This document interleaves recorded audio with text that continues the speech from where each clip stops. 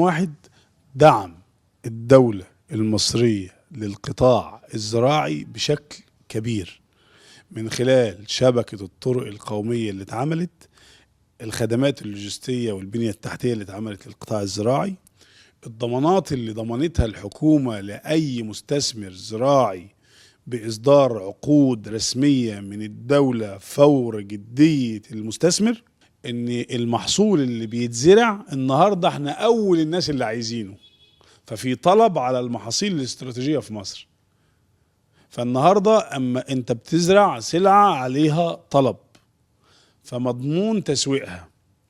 شركات القطاع الخاص اللي هي الشركات اللي بتأدي الخدمات الزراعية سواء من استصلاح وزراعة وتسويق ورعاية وإشراف وشراء منتج، النهارده كترت وبقى النهارده بتزرع معاك وبتشتري منك الانتاج او بتسوق لك الانتاج معايا حضرتك بضمانات قانونيه، ونشرف ان احنا من الشركات دي معايا حضرتك.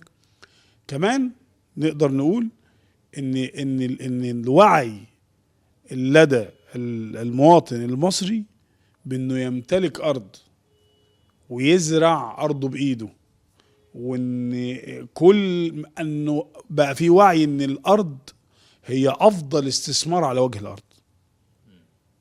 فده اللي خلى الاستثمار الزراعي احد اهم البدائل المثلى للاستثمار.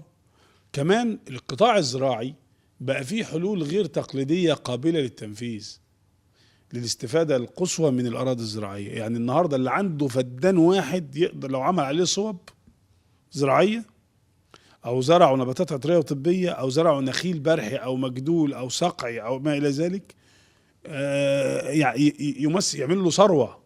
النهاردة يقدر كل واحد فينا يحقق دخل من فدان. بس بص حضرتك، أهم حاجة الاستغلال.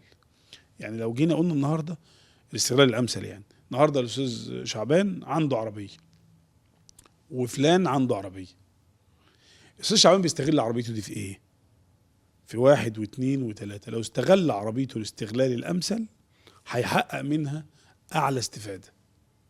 مع سيادتك في واحد تاني معاه عربية يا مركونة تحت البيت، يا إما بيطلع بقى مشاوير فاضية وفارغة، تمام؟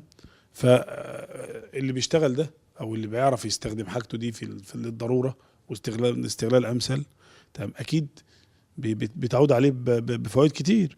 واللي جاب عربية علشان المنظرة او عشان خاطر يروح بها يمين وشمال، ما طبيعي تبقى خسارة عليه.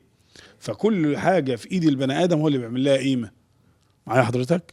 فالعبرة في الاستثمار الزراعي الان اصبحت مش بكتر المساحات ولكن بالاستغلال الامثل للمساحات. النهاردة كمان الثورة التكنولوجية اللي موجودة خلتك النهارده من خلال اليوتيوب ومن كل وسائل التواصل الاجتماعي تقدر تعمل